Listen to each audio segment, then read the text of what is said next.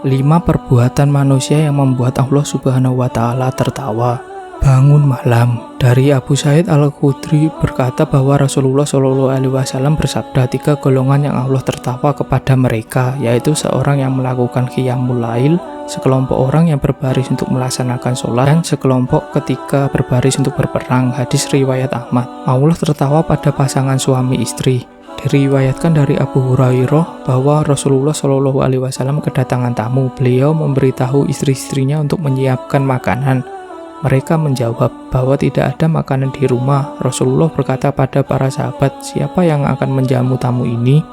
Ternyata seorang sahabat Ansor menyanggupinya dan membawa tamu itu ke rumahnya. Ia berkata kepada istrinya, muliakan tamu Rasulullah. Istrinya kemudian berkata, yang ada hanya makan malam untuk anak-anak kita.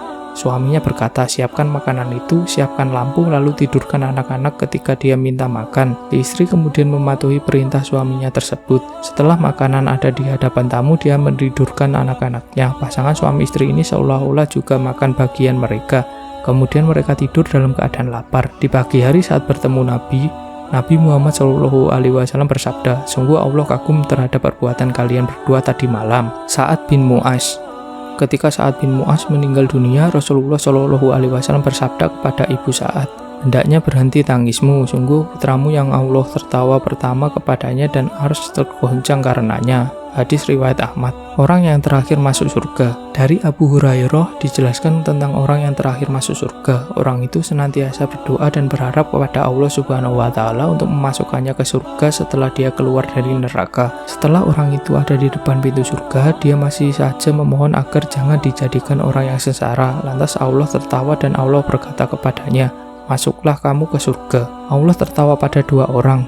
Diriwayatkan Bukhari dan Muslim dari Abu Hurairah bahwa Rasulullah SAW bersabda, Allah tertawa perihal seorang yang satu membunuh yang lain, namun keduanya masuk surga, yaitu orang muslim berperang di jalan Allah dan meninggikan kalimat Allah, kemudian dia dibunuh orang kafir dan masuk surga. Selanjutnya Allah menerima taubat orang kafir tadi sehingga masuk Islam, kemudian dia berperang di jalan Allah hingga mati syahid.